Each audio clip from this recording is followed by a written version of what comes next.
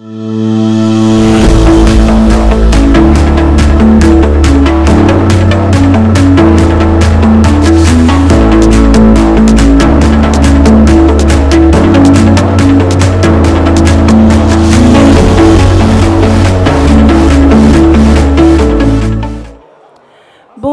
bonjour, bienvenue sur le plateau de ICC Online.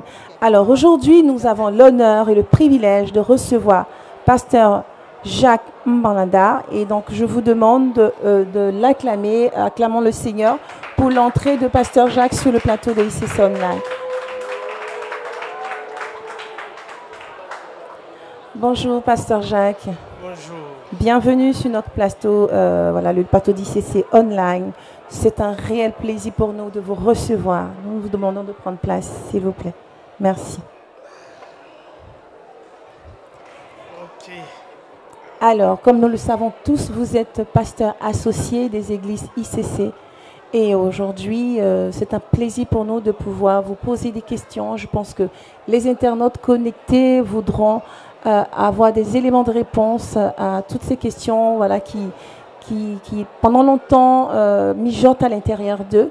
Et vous êtes véritablement l'auteur qui pourrait répondre à ces questions. Alors à noter qu'aujourd'hui, vous êtes auteur, thérapeute et créateur d'une plateforme qu'on appelle Cœur Restauré, dédiée à la restauration des âmes. Donc aujourd'hui, on voudrait savoir, Pasteur Jacques, c'est tout un parcours pour arriver aujourd'hui à écrire des livres, tout un parcours en tant que pasteur. Mais nous croyons que c'est un battement de cœur que vous avez eu. Vous avez reçu du Seigneur. Mais quels étaient les premiers instants quand vous avez reçu du Seigneur cette direction qui tend vers les âmes, la restauration des âmes? Merci. Je pense que la première des choses est que moi-même, j'en ai beaucoup souffert. Ah. C'est-à-dire, j'avais un questionnement en moi, c'était, je priais, je lisais la Bible, j'allais à l'église, mais il y a une chose, il y a beaucoup de choses qui me dérangeaient, qui ne décollaient pas dans ma vie. J'ai traversé des attaques démoniaques beaucoup de fois. Ça n'allait pas. C'est petit à petit, en lisant aussi d'autres livres. À l'époque, je lisais Watman Nee, ça remonte, vers les années, je pense, 94, par là, 93. Je lisais, mais je ne comprenais pas c'est quoi. C'est voilà, c'est cette recherche, ce battement du cœur qui a fait que vraiment que je commence à comprendre par la grâce de Dieu avec l'apôtre Ivan qui a été aussi un des catalyseurs de ma vie, qui m'a aidé à commencer à comprendre l'âme, l'importance de l'âme, et pendant que lui aussi faisait des recherches de son côté. Et voilà, cette synergie a donné ce qu'on est tenté de vivre aujourd'hui. Amen. Donc c'est parti d'une expérience personnelle. Voilà. Et donc vous avez commencé à vous intéresser, à rechercher, à comprendre. Et donc dans la volonté de comprendre tout ce qui vous arrivait, vous en êtes arrivé aujourd'hui à la restauration des âmes. Et ce qu'on voudrait savoir aujourd'hui, vous avez des formations, vous prodiguez des formations au monde séculier, c'est-à-dire les non-convertis, aussi bien aux convertis. Nous, ce qu'on voudrait savoir aujourd'hui, pour quelqu'un qui a le désir, hein, qui se dit « j'ai reçu ce fardeau », de prendre soin des âmes et d'apporter une restauration des âmes. Quel langage peut-on avoir auprès de ce monde séculier, de monde non converti, exactement, parce qu'on ne pourrait pas leur parler comme on parle aux convertis. Donc, quel est le langage approprié qu'on pourrait avoir? Oui, tout à fait. C'est vrai, quand tu commences par Dieu dit, Jésus a fait ceci, ça le ferme, il se sent un peu exclu. Vous savez, l'homme par nature a besoin qu'on s'intéresse à ses souffrances, à ce qu'il vit. C'est là, ça c'est une porte d'entrée. Je pense que si tu commences déjà à lui dire qu'il y a des solutions, à part ce que tu fais, il y a d'autres solutions. Mais c'est ça qui fait qui pousse les gens à aller trouver des marabouts, à aller trouver toutes sortes de choses qu'ils cherchent. Ils cherchent juste à s'en sortir. Mais comme ils ont une crise identitaire, ils ne connaissent pas toutes ces choses, la meilleure des solutions, rentrer d'abord dans ce qu'il est. Vous savez, pour guérir quelqu'un dans tout ce qui est, quelle que soit la thérapie, la meilleure des choses, il faut aller là où il est, récupère-le et fais-le sortir. Vous savez, Jésus avait dit quelque chose, il y avait 99 brebis qui étaient dehors, il y a un seul brebis qui était resté dans le trou.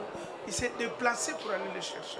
C'est-à-dire, c'est ce mouvement-là, aller le chercher et voyager avec lui, ça va l'amener. C'est-à-dire, la personne se sent que tu l'aimes, tu comprends ses souffrances, tout ce qu'il est en train de traverser, sans le juger, sans lui dire des choses.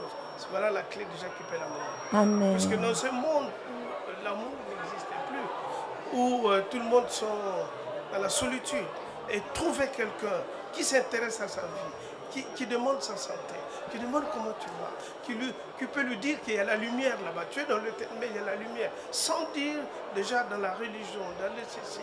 C'est ça qui est une des clés pour l'aider vraiment à s'en sortir. Amen. Comme vous l'avez compris, tout est au cœur du cœur, de se manifester l'amour de Dieu. Non pas mentionner le nom de Jésus, parce qu'en premier, c'est véritablement l'amour de Dieu. Comme le Seigneur nous dit, il nous parle de l'amour. Donc je pense que comme le pasteur Jacques le dit, il manifeste l'amour, c'est-à-dire qu'il s'intéresse à la personne de l'homme. Est-ce que vous avez des questions liées à la réponse de pasteur Jacques? Certainement, vous avez vécu des situations similaires. Vous n'étiez pas encore en Christ, mais vous aviez besoin d'avoir une personne qui soit capable de vous parler. Mais est-ce que vous l'avez déjà vécu? Pasteur Jacques voudrait savoir parce qu'il a quand même des réponses à nous apporter aujourd'hui. Alors posez vos questions, qu'on puisse les avoir et qu'il puisse y répondre. Alors nous avons plusieurs questions. Oui. Bonjour à tous, bonjour Pasteur Jacques. Bonjour. Et la première question que nous avons reçue est pourquoi est-ce difficile à pardonner et facile à être faussé? Pourquoi c'est difficile? Pourquoi est-ce difficile à pardonner et facile à être offensé? Pourquoi c'est difficile à pardonner et facile à être offensé? Vous savez, être offensé, on n'est pas obligé d'être offensé. C'est-à-dire, il y a deux choses qu'il faut comprendre. Quand on parle de l'offense, on voit la souffrance qui est derrière l'offense. L'offense, tu ne peux pas l'éviter. On va t'offenser. Tout à l'heure, j'étais là, elle m'a offensé. J'en ai pris, on a rigolé. Vous voyez, l'offense n'est pas un problème. C'est la souffrance qui est derrière l'offense. La souffrance, c'est toi. Ce n'est pas puisqu'il y a l'offense qu'il y a la souffrance. Puisque même problématique, deux personnes ne vont pas réagir la même chose. Quelqu'un peut te marcher dessus. Il y a d'autres qui vont crier, en faire tout un problème, insulter même, pousser, bagarre tout. Il y a d'autres, on peut le marcher dessus, la personne dit excuse-moi. Et puis il continue sa route. Donc vous voyez, c'est d'abord qu'est-ce que j'ai. Bon, je vais prendre un exemple simple. Jésus a dit, ce n'est pas ce qui rentre qui fait souffrir l'homme, c'est ce qui sort de l'homme. C'est-à-dire, les blessures sont déjà en toi. C'est tes blessures qui te font souffrir. Quelqu'un qui a été blessé, s'il a des cicatrices, tu peux appuyer dessus, tu peux faire tout, il ne va pas crier. Il ne va pas dire j'ai mal. Non, il va rester calme, serein. Mais quand la blessure n'est pas encore guérie, dès qu'on touche, la personne crie. Donc voilà ce qui se passe. Puisque maintenant, quand on te fait du mal, ça c'est l'offense. Mais qu'est-ce qui fait que ça mène la souffrance? C'est ce que tu as à l'intérieur de toi. C'est-à-dire le travail, c'est d'abord, voilà pourquoi on parle de la restauration, que tu sois guéri. Alors pourquoi c'est difficile? Bon, puisque il y a un mécanisme, nous avons, d'ailleurs ce livre, je ne sais pas comment le présenter, voilà, je le présente. Voilà, le livre vraiment que le Seigneur m'a inspiré. Dans ce livre, vous verrez aussi mon témoignage par rapport au pardon. Le titre, c'est « Déjouer le piège du manque de pardon ». Voilà, voilà c'est ça, les clés. Alors voilà, comme vous pouvez le voir. Déjouer le piège du manque de pardon. Alors, quand on te fait du mal, c'est-à-dire nous avons un mécanisme, nous avons la chair et nous avons l'inconscience, le monde des souvenirs. Alors, tu as stocké cette information en toi. Et chaque fois, tu vas passer à la rumination mentale. C'est-à-dire, ça fait comme un boucle en toi. Le mal qu'on t'a fait, ça revient. On m'a fait ceci. À force de le répéter, tu es tenté de le faire asseoir en toi. Et maintenant, quand on va te dire pardonne, bah, tu vois tout le travail, il faut le déterrer, point par point, piocher. Et c'est ça qui est difficile. Or, quelqu'un qui est déjà guéri, dès que l'offense arrive, ça ne rentre pas, ça passe. Amen. Ça passe. Amen. C'est vrai, l'offense, tu ne peux pas l'éviter. Jésus a dit, vous aurez des tribulations, vous aurez des ennemis. Toutes ces choses, on les aura. Mais la chose la plus importante dans ta vie, c'est que ton âme soit restaurée. Amen. Quand ces choses vont venir, tu es tranquille. Amen. Voilà. Amen. Je te vois déjà guéri. Amen. Je te vois guéri, toi qui peux me poser Amen. la question. Puisque maintenant la restauration est rentrée en toi. Acclame le Seigneur. Je veux que tu acclames Dieu. Puisque la restauration est rentrée en toi. Amen. Maintenant tu es libéré de toutes ces choses. Amen. Voilà. Moi, je reçois. Je reçois. Voilà. Effectivement, la première étape, c'est nous, avant toute chose, guérison de notre âme. Et ensuite, quand l'offense arrive, du fait qu'on soit guéri, après, rien ne se passe. Bon, bénis le Seigneur pour cette réponse. Est-ce que vous avez une autre question? Un complément, il y a aussi l'orgueil de l'homme. C'est-à-dire, quand l'offense, quand la souffrance vient, le Saint-Esprit t'explique. Il dit, pardonne. Il dit, ça me fait mal. Il dit, pardonne d'abord. Reconnais que tu ne veux pas pardonner. Reconnais que tu souffres. Mais là, on ne reconnaît pas. Toi, tu présentes ce qu'on t'a fait, mais on ne te demande pas ce qu'on t'a fait. Reconnais que tu en souffres. Reconnais que tu ne veux pas pardonner. Alors, pourquoi je ne pardonne pas? Parce que je n'aime pas. C'est pourquoi Jésus a dit, aime tes ennemis, fais-leur du bien. C'est comme ça qu'on peut s'en sortir par rapport à l'offense, à ce qu'on t'a fait du mal. Reconnaître déjà que j'arrive pas. Demande de l'aide. Demande au Seigneur de t'aider. Va voir, prends rendez-vous avec moi, viens me voir. Comme tu es en ligne, donc tu peux pas prendre rendez-vous. Mais déplace-toi, viens, tu verras. On va faire un travail et ça va t'aider. Mais si tu cries vraiment au Seigneur que je veux, je n'arrive pas, aide-moi Seigneur. Comme tu n'as personne autour de toi, il habite en toi, il va t'aider, tu vas t'en sortir. Amen, amen. Alors la reconnaissance, c'est la première étape vers le chemin de la guérison. Parce qu'on a reconnu, on présente au Seigneur et le Seigneur fait le travail par la suite. On dit amen à cette parole. Alors, est-ce que vous avez une autre question à poser à Pasteur Jacques? Oui, nous avons plusieurs autres questions, mais est-ce que ce sera possible de changer ou de monter le volume du micro du pasteur parce que le son est très faible de notre côté? D'accord, on va essayer dans ce cas-là, pendant qu'on la régie augmente le volume, poser une question à Pasteur Jacques. Merci pour la remarque. Ok, sur la deuxième question, c'est est-ce possible de vivre une restauration de l'âme rapide? Vous savez que la guérison dépend de plusieurs facteurs. La première des choses, c'est pas parce que tu es guéri que tu vas plus souffrir.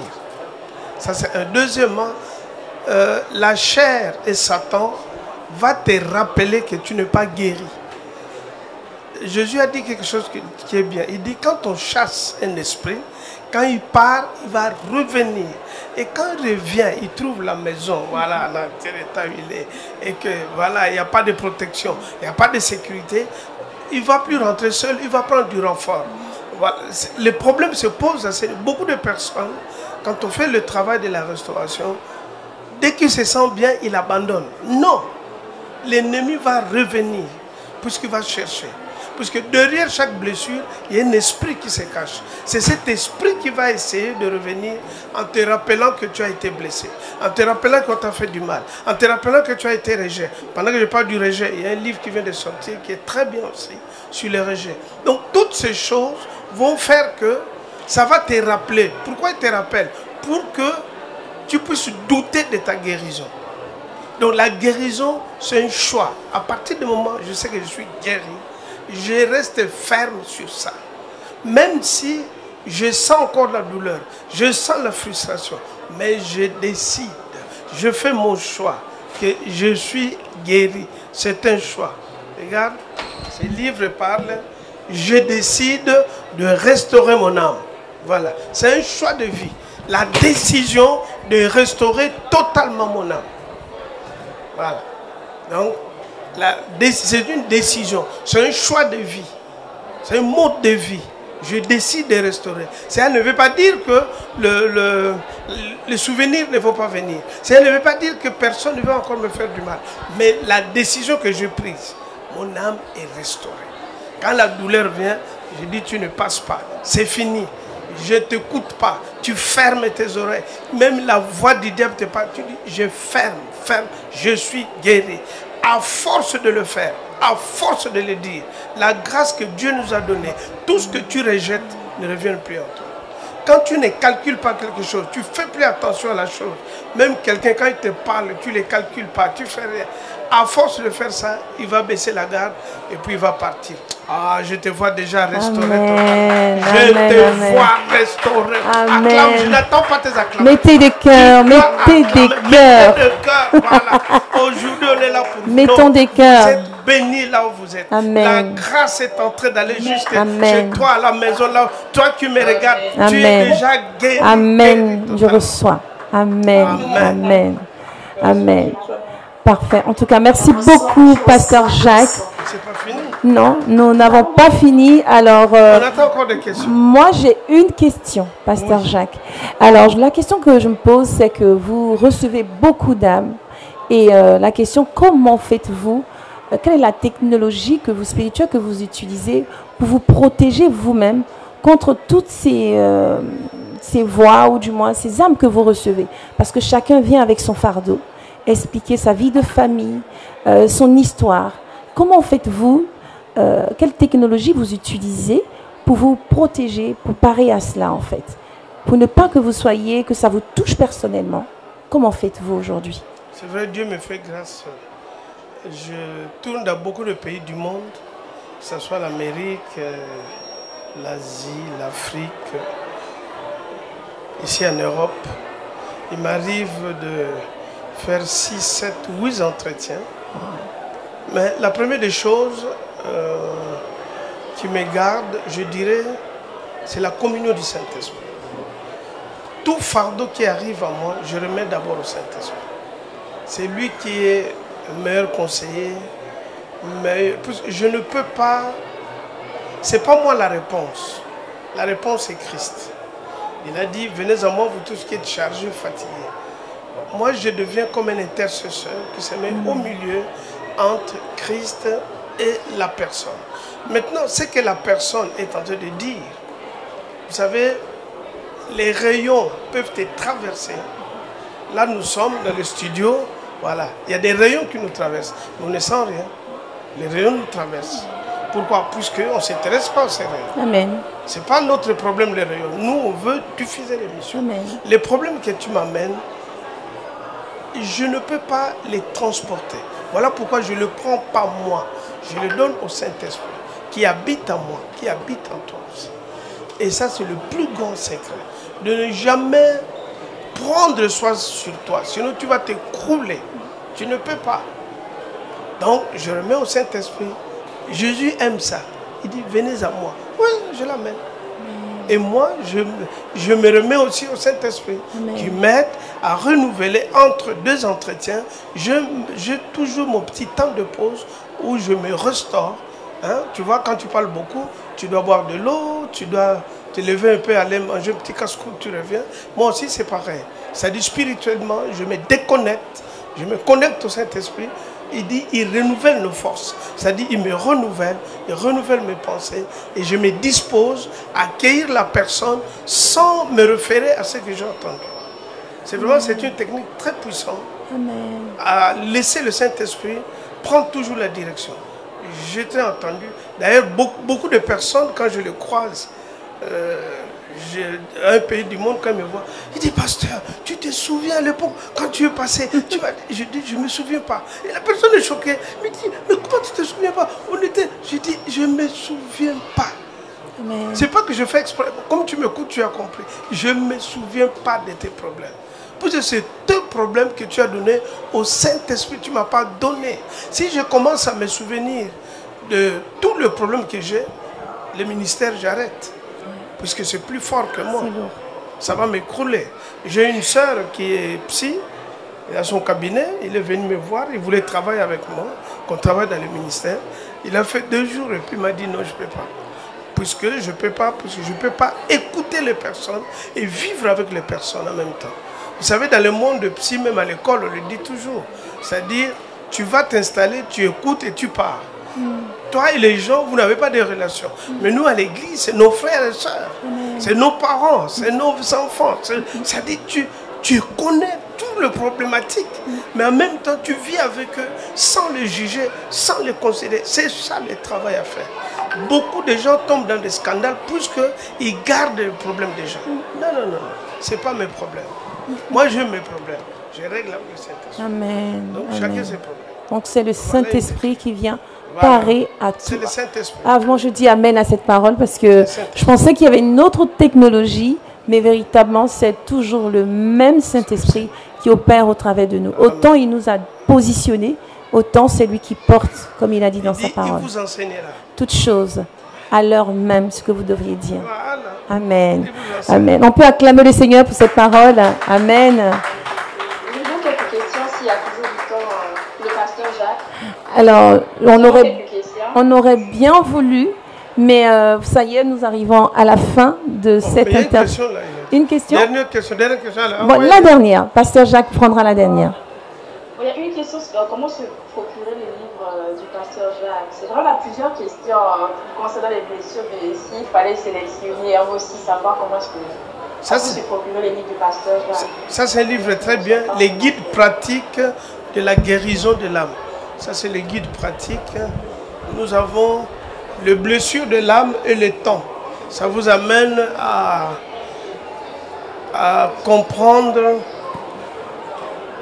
comment est-ce qu'on se blesse. Comment est-ce qu'on se blesse. Il y a aussi pour le couple, hein, si vous êtes en couple. Si tous les hommes blessent beaucoup les femmes, donc vous pouvez vous le procurer. Les carnets de couple, c'est intéressant. Alors, ce qu'on va faire, Pasteur Jacques a eu véritablement la bonne idée de ramener ces livres. On va les photographier et puis il nous donnera par la suite le lieu où on pourra se procurer tous ces livres pour que ce soit beaucoup plus simple pour tous nos internautes, nos frères et sœurs qui ont ce désir véritable d'acheter ces livres. J'ai ma boutique, vous pouvez commander sur la boutique, sur Amazon, ici aussi.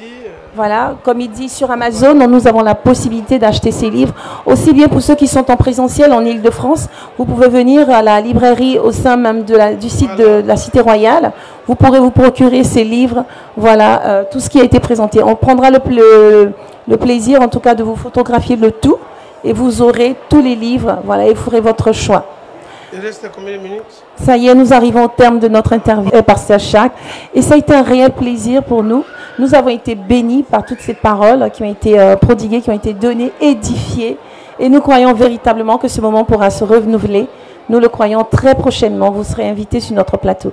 Merci encore, Pasteur Jacques. Il faut dire le mot de la fin. Je dirais simplement que vraiment, s'il y a une chose qu'il faut chercher dans ta vie à mettre de l'ordre, c'est vrai, la santé physique, c'est important, mais comprends que c'est ton âme qui dirige ta santé physique. Amen. Voilà, même la santé physique, là, c'est ton âme. Parce que l'âme, c'est la clé de la vie. Garde ton cœur plus que toute autre chose. Et là, ça sera la source de ta vie. Amen. Tu prospères de tous les gars, qu'on prospère l'état de ton âme. Amen. Donc vous voyez, l'âme vraiment c'est la clé de la vie. Quelqu'un que son âme est restaurée, c'est quelqu'un qui sera puissant spirituellement. Amen. La sorcellerie ne peut pas t'atteindre, la pauvreté ne peut pas, puisque toutes ces choses, ton âme va rejeter. Amen. Tout ce que tu acceptes, tu attires, tu le deviens. Or, qui attire? C'est ton âme. Amen. Quand ton âme attire de faveur divine, accepte la foi, toutes ces choses-là, tu vas les devenir si tu prends le temps de restaurer. C'est un grand plaisir. Amen. J'attends la prochaine invitation. Merci, Pasteur Jacques. C'est un réel plaisir pour nous. Merci beaucoup. Soyez bénis. Amen. Amen.